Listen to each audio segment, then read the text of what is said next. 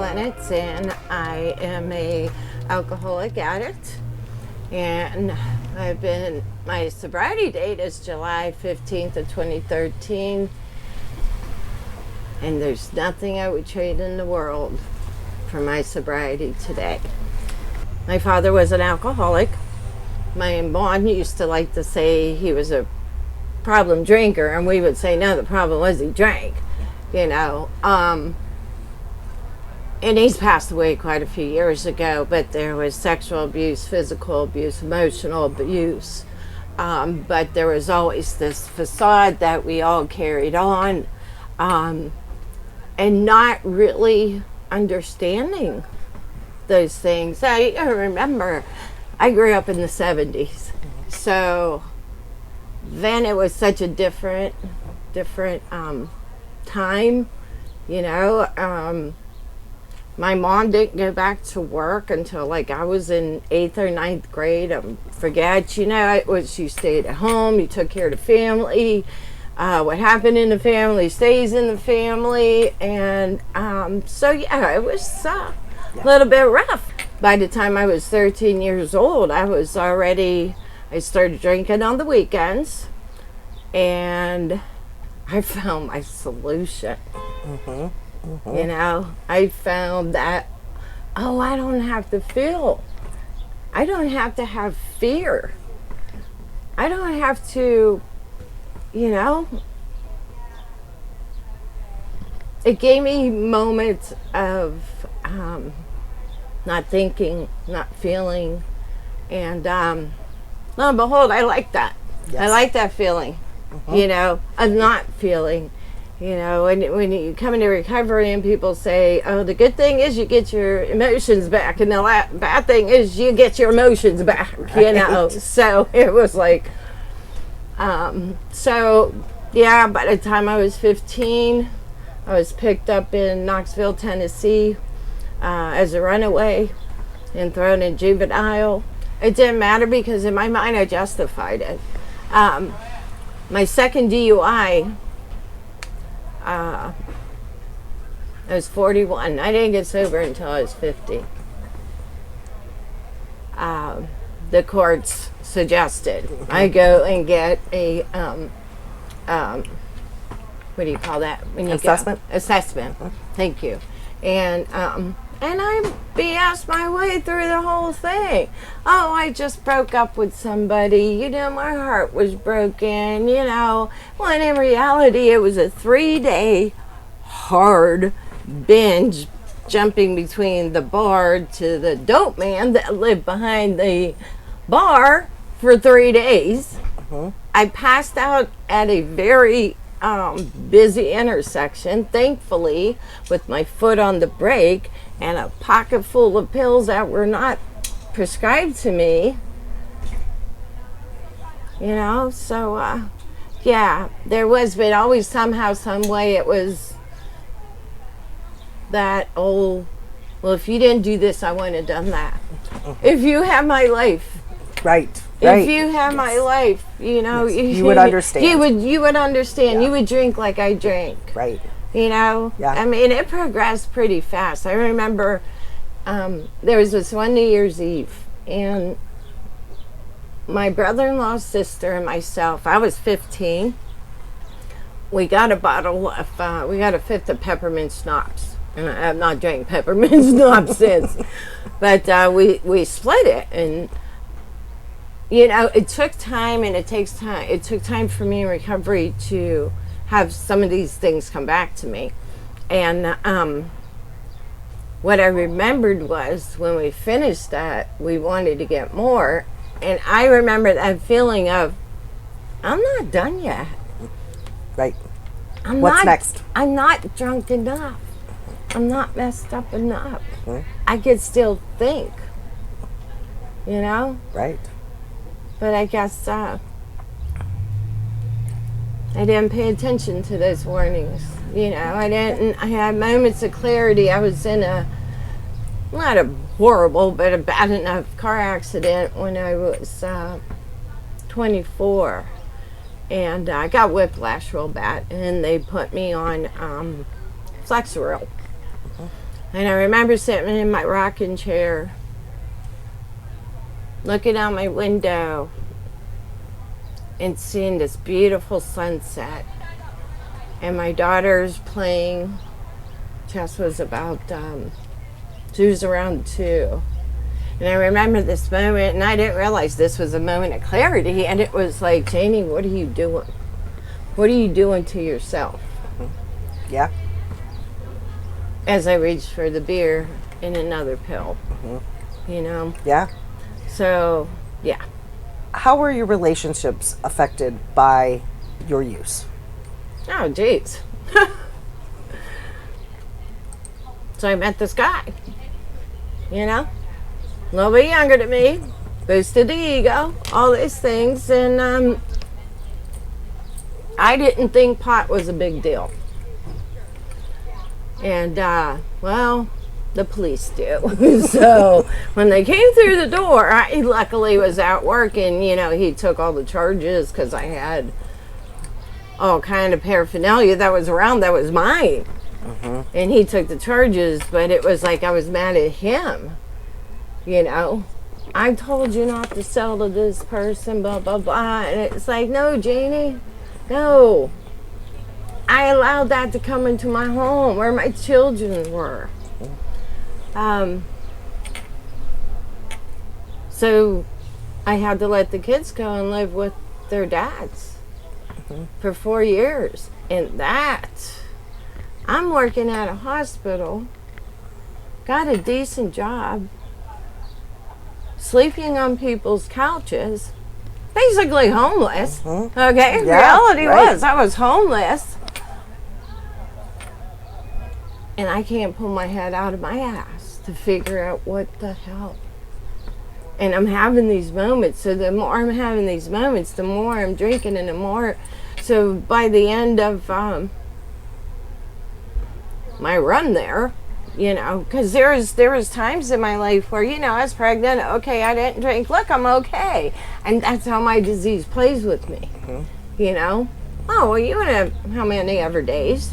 Right. Yes. You're okay. Yes. I deserve this beer. I worked. I didn't drink for the past 9 months. Thank you. Yes. Right. Yep. Exactly. So, so at the end, it was daily basis. Daily basis.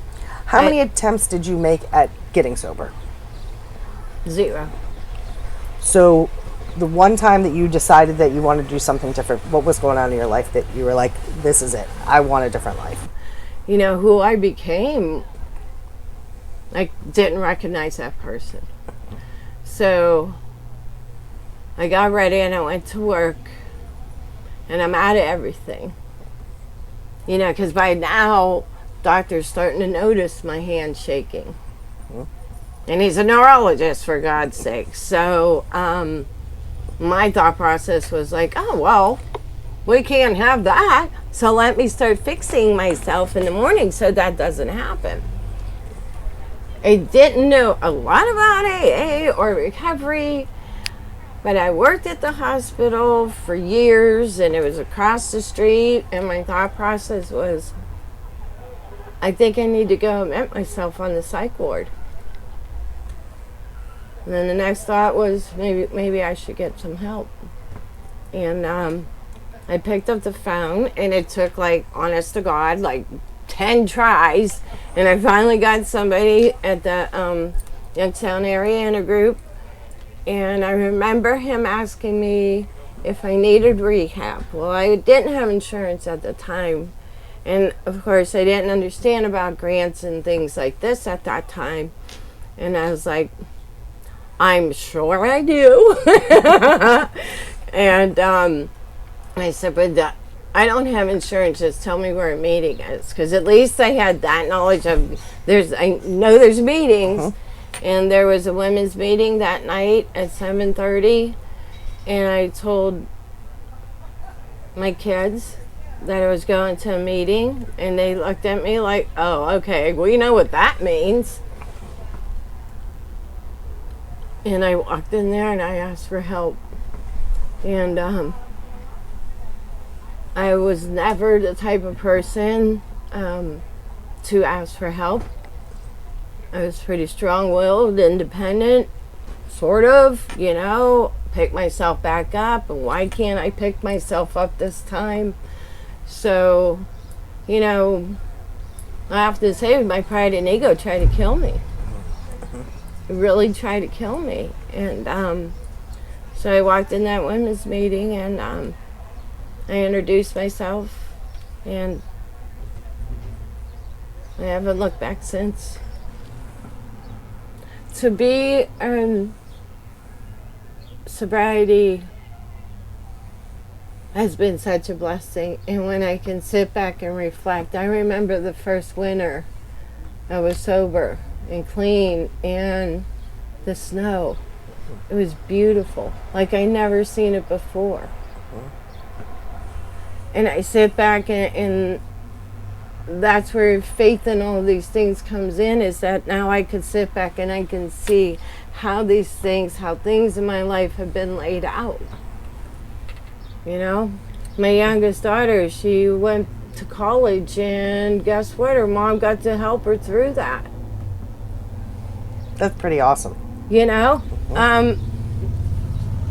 She still lives with me.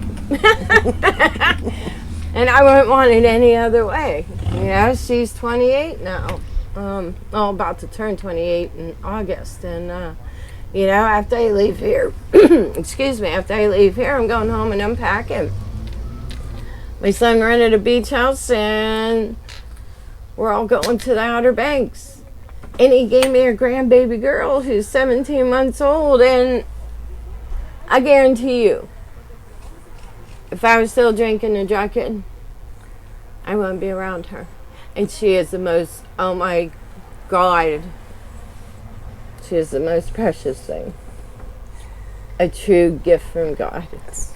And I was raised Roman Catholic, and I had more resentments to this God thing. I remember sitting in a meeting and hearing the word God the first time, and my next thought was, I'm not going to make it.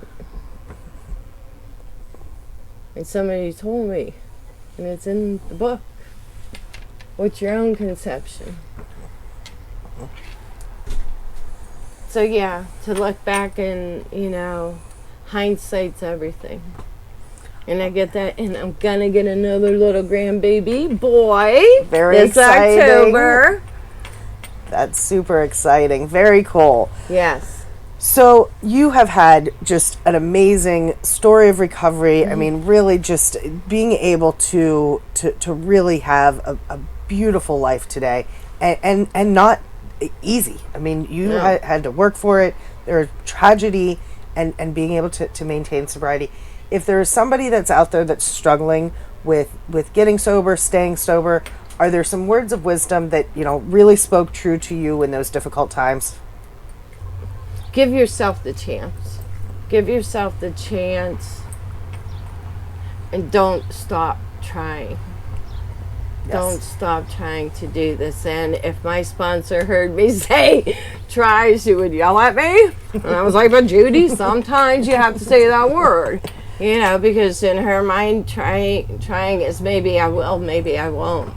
Mm-hmm. Yes. And nobody gave me this.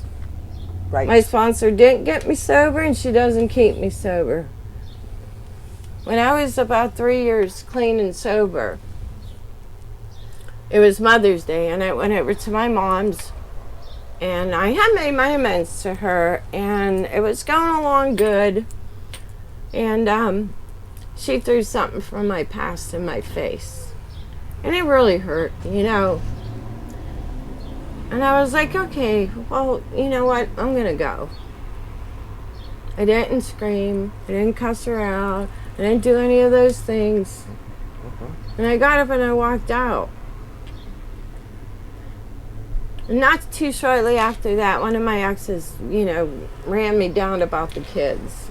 One of the kids. And hit me again, I'm like, but I'm trying, But then I know don't get in that pity party and that. And it just hit me one day, my life and my sobriety really is between me and my higher power. Yes. Yep. Who doesn't like a pat on the back once in a while? Of course.